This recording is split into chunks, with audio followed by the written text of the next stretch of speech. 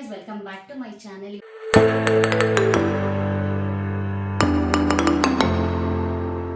ಇವತ್ತು morning vlog start ಮಾಡಿದ್ದೀನಿ. ಇವತ್ತು ಸಂಡೇ ಆಗಿರೋದ್ರಿಂದ ದೇವಸ್ಥಾನಕ್ಕೆ ಹೋಗೋಣ ಅಂತ ಹೇಳಿ ನಮ್ಮ ಮನೆಗೆ ವಾಪಸ್ ಬಂದಿದ್ದಾನೆ.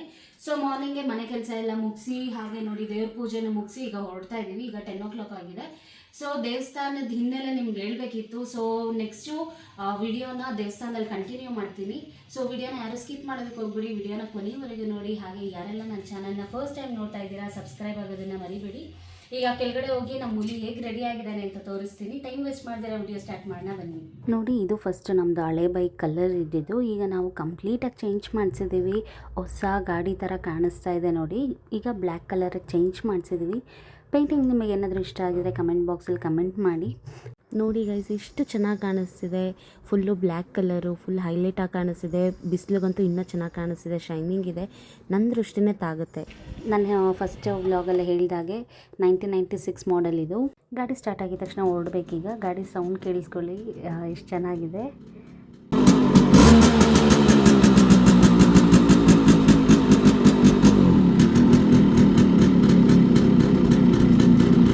ಗೈಸ್, ಈಗ ದೇವಸ್ಥಾನಕ್ಕೆ ರೀಚ್ ಆಗಿದ್ದೀವಿ. ಅಡಕ್ಮನಹಳ್ಳಿ ಬಯಲಾಂಜನೇಯ ಸ್ವಾಮಿ ದೇವಸ್ಥಾನಕ್ಕೆ ನಾವು ಬಂದಿರೋದು. ಈಗ ಸ್ಲಿಪ್ಪರ್ ಬಿಟ್ಟು ಕಾಲು ತೊಳ್ಕೊಳೋದಕ್ಕೆ ಹೋಗ್ತಾ ಇದ್ದೀವಿ.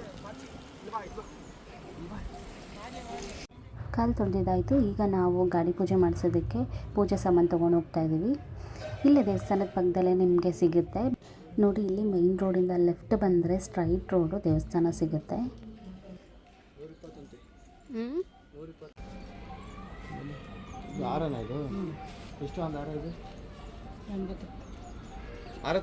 ಪೂಜೆ ಸಾಮಾನು ತಗೊಂಡು ಈಗ ದೇವಸ್ಥಾನದೊಳಗೆ ಹೋಗಬೇಕು. ದೇವಸ್ಥಾನದೊಳಗೆ ಹೋಗೋದಕ್ಕಿಂತ ಮುಂಚೆ ಫಸ್ಟ್ ಗಾಡಿಗೆ ಹೂವು ಹಾಕಿ ಆಮೇಲೆ ದೇವಸ್ಥಾನಕ್ಕೆ ಹೋಗೋಣ ಅಂತ ಅಂದರು. ಸೊ ಗಾಡಿಗೆ ಹೂವು ಹಾಕಿ ಈಗ ದೇವಸ್ಥಾನದೊಳಗೆ ಹೋಗ್ತಾ ಇದ್ದೀವಿ.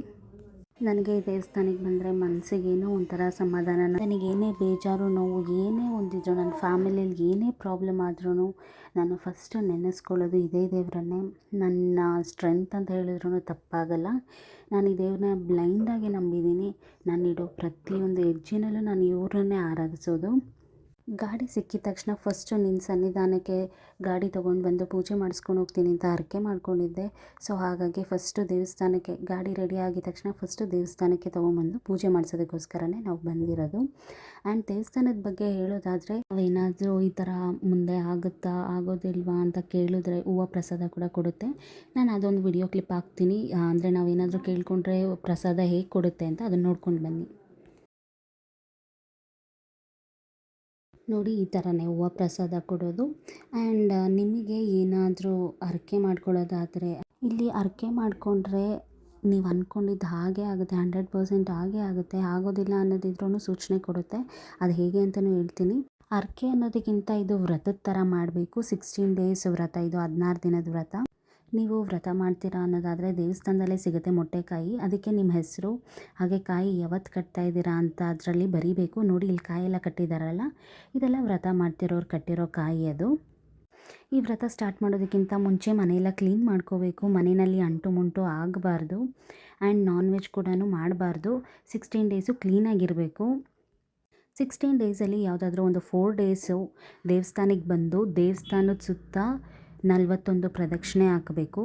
ಪ್ರದಕ್ಷಿಣೆ ಹಾಕುವಾಗ ದೇವಸ್ಥಾನದಲ್ಲಿ ಒಂದು ಸ್ಲಿಪ್ ಕೊಡ್ತಾರೆ. ಆ ಸ್ಲಿಪ್ಪಲ್ಲಿ ಆಂಜನೇಯದ ಶ್ಲೋಕ ಇರುತ್ತೆ. ಅದನ್ನು ಓದ್ಕೊಂಡೇ 41 ಪ್ರದಕ್ಷಿಣೆ ಹಾಕಬೇಕು.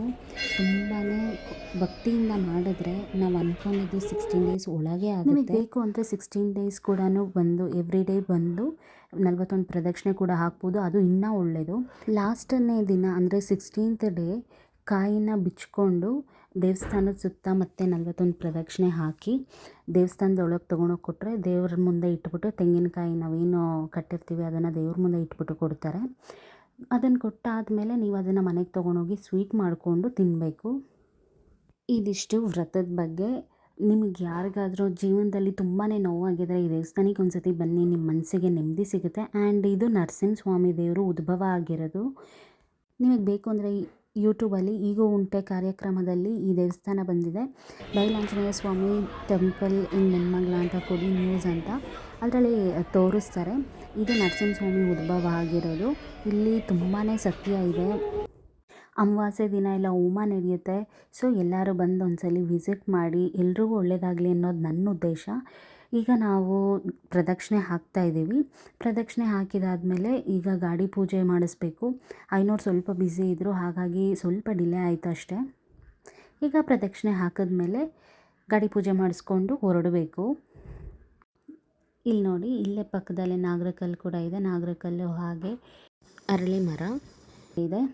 ದೇವಸ್ಥಾನಕ್ಕೆ ನೀವು ಒಂದ್ಸಲಿ ವಿಸಿಟ್ ಮಾಡಿದ್ರೆ ಇಲ್ಲಿ ಏನೋ ಒಂಥರ ಪಾಸಿಟಿವ್ ವೈಬ್ಸ್ ಇದೆ.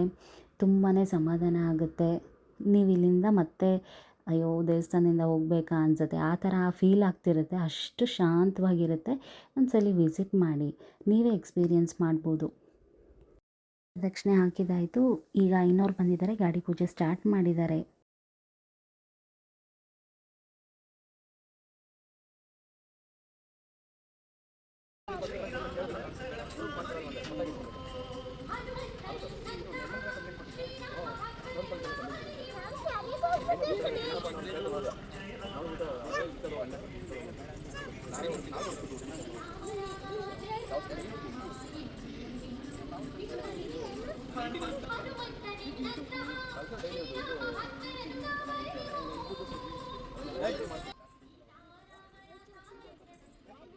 ನನ್ನ ಮಗಳು ನೋಡಿ ಎಲ್ಲರ ಜೊತೆ ಬೇಗ ಹೊಂದ್ಕೋತಾಳೆ. ದೇವಸ್ಥಾನಕ್ಕೆ ಬಂದಿದ್ದವ್ರನ್ನ ಯಾರನ್ನೋ ಫ್ರೆಂಡ್ ಮಾಡ್ಕೊಂಡು ಅವ್ರ ಜೊತೆ ಆಟ ಆಡ್ತಾ ಇದ್ದಾಳೆ.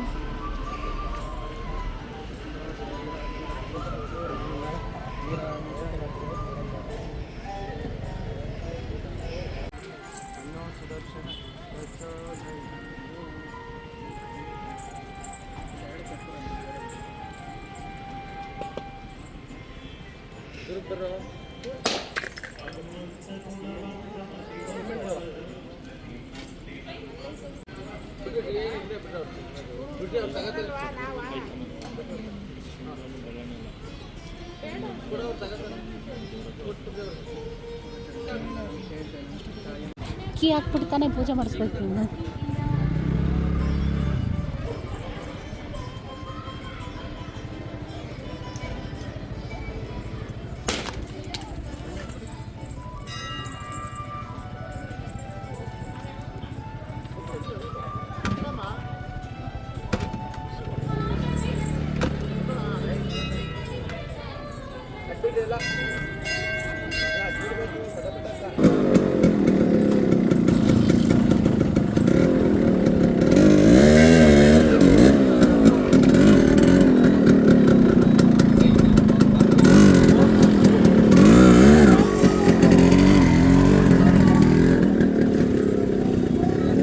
ಅಲ್ಲಿ ಗಾಡಿ ಪೂಜೆ ಮಾಡಬೇಕಾದ್ರೆ ಇವಳು ಬಿದ್ದುಬಿಟ್ಟಿದ್ಲು, ಅದಕ್ಕೆ ಕೋಪ ಮಾಡ್ಕೊಂಡು ಕೂತಿದ್ದಾಳೆ.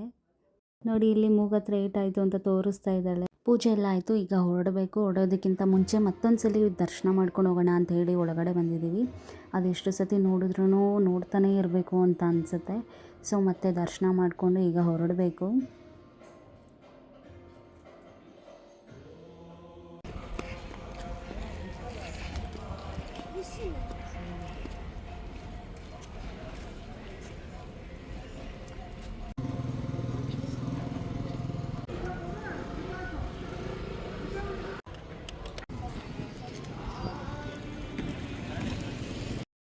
ಗೈಸ್, ಐ ಹೋಪ್ ಈ ವಿಡಿಯೋ ನಿಮ್ಮೆಲ್ರಿಗೂ ಇಷ್ಟ ಆಗಿದೆ ಅನ್ಕೋತೀನಿ. ಇಷ್ಟ ಆಗಿದರೆ ಲೈಕ್ ಮಾಡಿ, ಶೇರ್ ಮಾಡಿ, ಹಾಗೆ ಕಮೆಂಟ್ ಮಾಡಿ. ಇನ್ನೂ ನನ್ನ ಚಾನಲ್ನ ಯಾರೆಲ್ಲ ಸಬ್ಸ್ಕ್ರೈಬ್ ಆಗಿಲ್ಲ ಪ್ಲೀಸ್ ಸಬ್ಸ್ಕ್ರೈಬ್ ಆಗಿ. ನೆಕ್ಸ್ಟ್ ವಿಡಿಯೋನಲ್ಲಿ ಸಿಗ್ತೀನಿ. ಅಲ್ಲಿವರೆಗೂ ಬಾಯ್.